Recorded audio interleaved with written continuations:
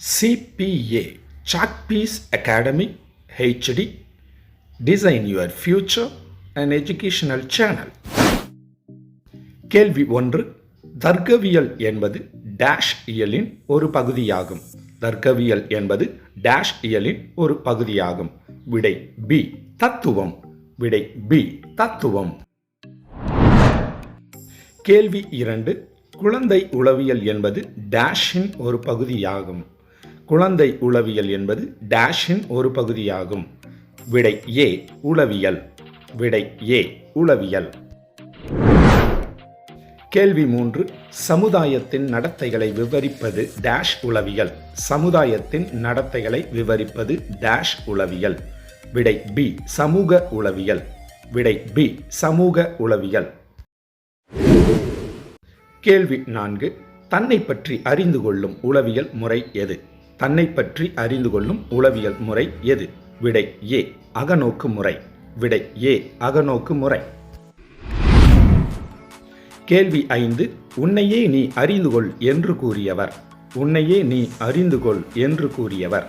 விடை B Socrates. விடை B Socrates. கேள்வி 6. உற்று நோக்கல் நிலையில் உள்ள மொத்த படிநிலைகள் எத்தனை? உற்று நோக்கல் நிலையில் உள்ள மொத்த படிநிலைகள் எத்தனை? விடை பி 4. விடை பி 4. கேள்வி 7. மாணவர் நடத்தையை அறிய உதவும் நம்பகமான உளவியல் முறை எது? மாணவர் நடத்தையை அறிய உதவும் நம்பகமான உளவியல் முறை எது? விடை டி பரிசோதனை முறை. விடை டி பரிசோதனை முறை. கேள்வி 8. உற்றுநோக்கல் முறையின் இரண்டாம் நிலை. உற்றுநோக்கல் முறையின் இரண்டாம் நிலை. சி நடத்தையை பதிவு செய்தல். விடை சி நடத்தையை பதிவு செய்தல். கேள்வி 9. உயிரினங்களின் நடத்தையை அறிய உதவும் உளவியல் முறை எது? உயிரினங்களின் நடத்தையை அறிய உதவும் உளவியல் முறை எது? விடை ஏ பரிசோதனை முறை.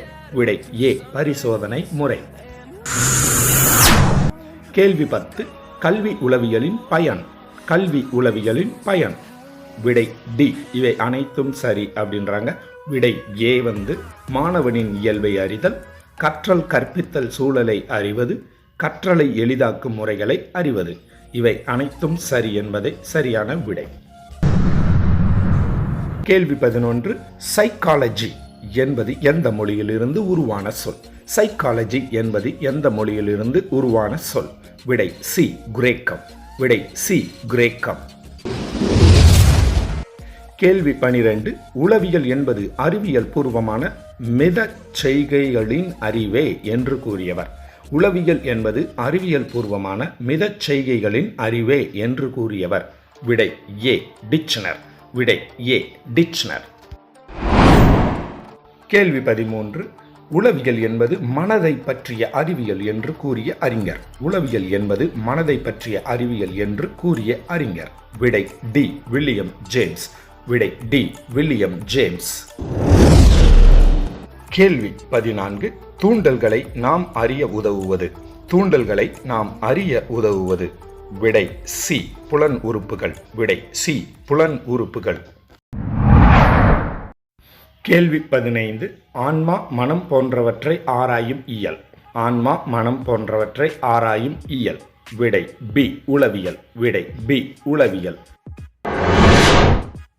கேள்வி 16. சைக்கி எனும் சொல் உணர்த்துவது. சைக்கி எனும் சொல் உணர்த்துவது. விடை ஏ உயிர். விடை ஏ உயிர். கேள்வி 17. உளவியல் என்பது அனுபவத்தால் அறியப்படுகிற ஐயத்திற்கு இடமற்ற மனித மனத்தை பற்றிய அறிவு என்றவர். உளவியல் என்பது அனுபவத்தால் அறியப்படுகிற ஐயத்திற்கு இடமற்ற மனித மனத்தை பற்றிய அறிவு என்றவர். விடை ஏ மெக்டூகல். விடை ஏ மெக்டூகல். கேள்வி 18. மனிதர்களின் அசாதாரண நடத்தைகளை விவரிக்கும் உளவியல் பிரிவு எது? மனிதர்களின் அசாதாரண நடத்தைகளை விவரிக்கும் உளவியல் பிரிவு எது? விடை சி நெறிபிறழ் உளவியல். விடை சி நெறிபிறழ் உளவியல். கேள்வி 19. புலன்கள் சுரப்பிகள் இவற்றை பற்றி விவரிக்கும் உளவியல். புலன்கள், சுரப்பிகள் இவற்றை பற்றி விவரிக்கும் உளவியல். விடை பி உடற்கூறு உளவியல். விடை பி உடற்கூறு உளவியல். கேள்வி 20. வகுப்புவாதம், சாதி பிரிவினை போன்ற சமூக பிரச்சனைகளுக்கு தீர்வு காண உதவும் உளவியல். வகுப்புவாதம், சாதி பிரிவினை போன்ற சமூக பிரச்சனைகளுக்கு தீர்வு காண உதவும் உளவியல். விடை ஏ சமூக உளவியல். விடை ஏ சமூக உளவியல். கேள்வி 21. சைக்கோ அனாலிசிஸ் என்ற உளவியலின் தந்தை எனப்படுபவர். சைக்கோ அனாலிசிஸ் என்ற உளவியலின் தந்தை எனப்படுபவர். விடை ஏ சிக்மண்ட் ஃப்ராய்டு. விடை ஏ சிக்மண்ட் ஃப்ராய்டு. கேள்வி 22. வளர்ச்சி உளவியலின் தந்தை டெவலப்மெண்டல் சைக்காலஜி எனப்படுபவர். வளர்ச்சி உளவியலின் தந்தை அதாவது டெவலப்மெண்டல் சைக்காலஜி. விடை டி ஜான் பியாஜேன்னு இதில் கொடுத்துருக்காங்க. ஜீன் பியாஜே அப்படின்றது அவருடைய முழு பெயர். ஜீன் பியாஜேன்னு படிச்சுக்கோங்க. கேள்வி 23. சமூக உளவியலின் தந்தை சோசியல் சைக்காலஜியினுடைய தந்தை எனப்படுபவர். சமூக உளவியலின் தந்தை எனப்படுபவர். விடை ஏ கார்ட் லெவின். விடை ஏ கார்ட் லெவின். கேள்வி 24. த பிரின்சிபிள்ஸ் ஆஃப் சைக்காலஜி எனும் புகழ்பெற்ற நூலை எழுதியவர். த பிரின்சிபிள்ஸ் ஆஃப் சைக்காலஜி எனும் புகழ்பெற்ற நூலை எழுதியவர். விடை பி வில்லியம் ஜேம்ஸ். விடை பி வில்லியம் ஜேம்ஸ். கேள்வி 25. த ஃபாதர் ஆஃப் அட்டாச்மெண்ட் தியரி என்று அழைக்கப்படுபவர். The father of attachment theory என்று அழைக்கப்படுபவர். விடை டி ஜான் பவுல்பி. விடை டி ஜான் பவுல்பி. கேள்வி 26. அமெரிக்காவில் முதலில் சோதனை அடிப்படையில் முதல் உளவியல் பரிசோதனை கூடத்தை நிறுவியவர். அமெரிக்காவில் முதலில் சோதனை அடிப்படையில் முதல் உளவியல் பரிசோதனை கூடத்தை நிறுவியவர். விடை ஏ ஸ்டான்லி ஹால். விடை ஏ ஸ்டான்லி ஹால். கேள்வி 27. அமெரிக்காவில் முதல் உளவியல் பேராசிரியர். அமெரிக்காவின் முதல் உளவியல் பேராசிரியர். விடை சி ஜேம்ஸ் கெட்டல். விடை சி ஜேம்ஸ் கெட்டல். கேள்வி 28. The father of modern educational psychology என்று அழைக்கப்படுபவர். The father of modern educational psychology என்று அழைக்கப்படுபவர். விடை டி எட்வர்ட் தாண்டைக். விடை டி எட்வர்ட் தாண்டைக். கேள்வி 29. த ஃபாதர் ஆஃப் பர்சனாலிட்டி சைக்காலஜி என்று அழைக்கப்படுபவர். The father of personality psychology என்று அழைக்கப்படுபவர். விடை சி கார்டன் ஆல்போர்ட். விடை சி கார்டன் ஆல்போர்ட். கேள்வி 30. காக்னேட்டிவ் சைக்காலஜி எனும் புகழ்பெற்ற நூலை எழுதியவர். காக்னேட்டிவ் சைக்காலஜி எனும் புகழ்பெற்ற நூலை எழுதியவர். விடை ஏ அல்ட்ரிக் நெய்சர். விடை ஏ அல்ட்ரிக் நெய்சர். கேள்வி 31. சோசியல் லேர்னிங் தியரி எனும் புகழ்பெற்ற கொள்கையாளர். சோசியல் லேர்னிங் தியரி எனும் புகழ்பெற்ற கொள்கையாளர். விடை டி ஆல்பர்ட் பண்டுரா. விடை டி ஆல்பர்ட் பண்டுரா.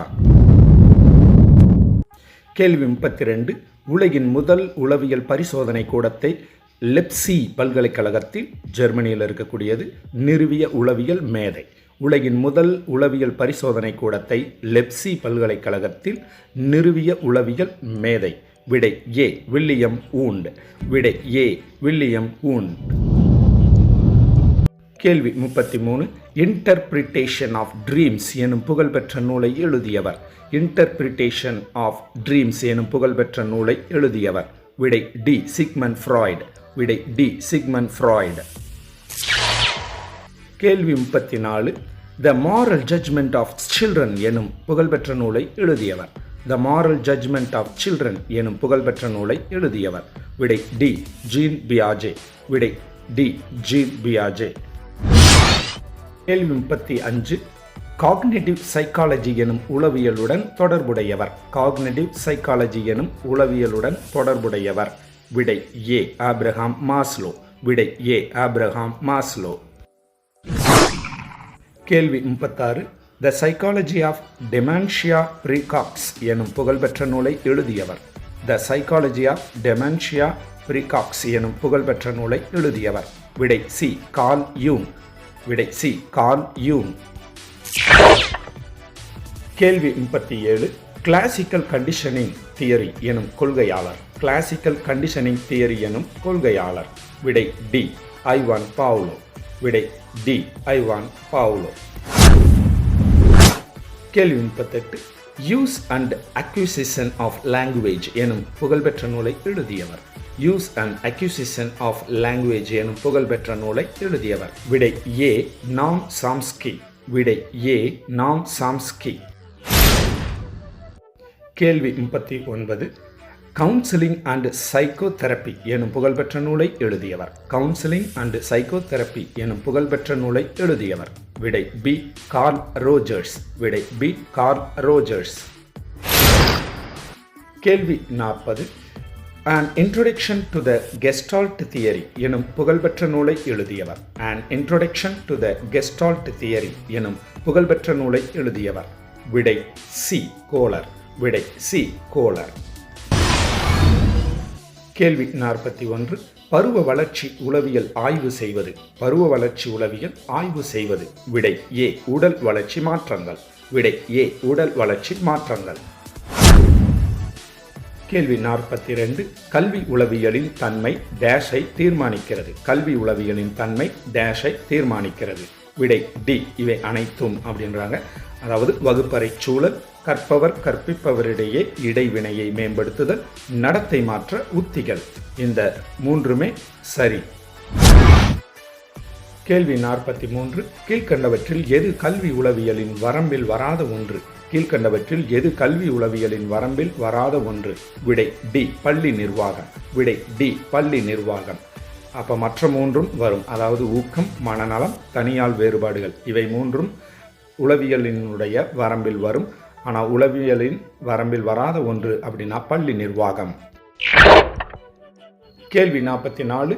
கல்வி உளவியலின் பாடப்பொருட்கள் எப்பிரிவை உள்ளடக்கியது? கல்வி உளவியலின் பாடப்பொருட்கள் எப்பிரிவை உள்ளடக்கியது? விடை டி இவை அனைத்தும் சரி அப்படின்றாங்க. கற்பவர், கற்கும் முறைகள், கற்கும் சூழ்நிலைகள். இவை அனைத்தும் சரி. கேள்வி 45. கல்வி உளவியலின் பிரிவு அல்லாத ஒன்று எது? கல்வி உளவியலின் பிரிவு அல்லாத ஒன்று எது? விடை டி பள்ளியை நிர்வகித்தல். விடை டி பள்ளியை நிர்வகித்தல். குழந்தையும் அதன் வளர்ச்சியும், கற்கும் கற்பிக்கும் முறைகள், குழந்தைக்கு வழிகாட்டுதல். இந்த மூன்றும் கல்வி உளவியலின் ஒரு பிரிவு. ஆனால் பள்ளியை நிர்வகித்தல் என்பது கல்வி உளவியலின் ஒரு பிரிவு அல்ல. கேள்வி 46. கற்றலையும் கற்பித்தலையும் ஆராயக்கூடிய உளவியலின் ஓர் அறிவியல் பிரிவை கல்வி உளவியல் என்று கூறிய அறிஞர்? கற்றலையும் கற்பித்தலையும் ஆராயக்கூடிய உளவியலின் ஓர் அறிவியல் பிரிவை கல்வி உளவியல் என்று கூறிய அறிஞர்? விடை பி ஸ்கின்னர். விடை பி ஸ்கின்னர். கேள்வி 47. கல்வி உளவியலின் பிரிவுகளாக எத்தனை பிரிவுகளை அறிஞர் காரிசான் குறிப்பிடுகிறார்? கல்வி உளவியலின் பிரிவுகளாக எத்தனை பிரிவுகளை அறிஞர் காரிசான் குறிப்பிடுகிறார்? விடை பி 4. விடை பி 4. கேள்வி 48. உளவியல் என்பது? உளவியல் என்பது? விடை சி நடத்தையை பற்றி ஆராயும் இயல்.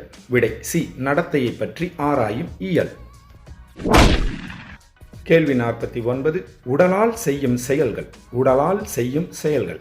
விடை சி நடத்தல், நீந்துதல். விடை சி நடத்தல், நீந்துதல். இந்த பகுதியின் இறுதி கேள்வி 50வது கேள்வி. கல்வி உளவியலில் மிக முக்கியமாக கருதப்படுவது? கல்வி உளவியலில் மிக முக்கியமாக கருதப்படுவது? விடை பி மாணவரின் மன இயல்புகளை அறிவது. மாணவரின் மன இயல்புகளை அறிவது. இது போன்ற ரேபிட் ஃபயர் கொஸ்டின்ஸ் இன்னும் உங்களுக்காக வர உள்ளன. அதை பயன்படுத்தி உங்கள் ஆசிரிய கனவை நனவாக்க உங்கள் சாக்பீஸ் அகாடமி வாழ்த்துக்களை வழங்குகிறது. நன்றி. உங்களுக்கு நம்ம வீடியோ பிடித்திருந்தால் உடனடியாக லைக் அண்ட் ஷேர் பண்ணுங்க மற்றும் கமெண்ட் கொடுங்க. மறந்துடாதீங்க, சப்ஸ்கிரைப் செஞ்சிடுங்க. நன்றி.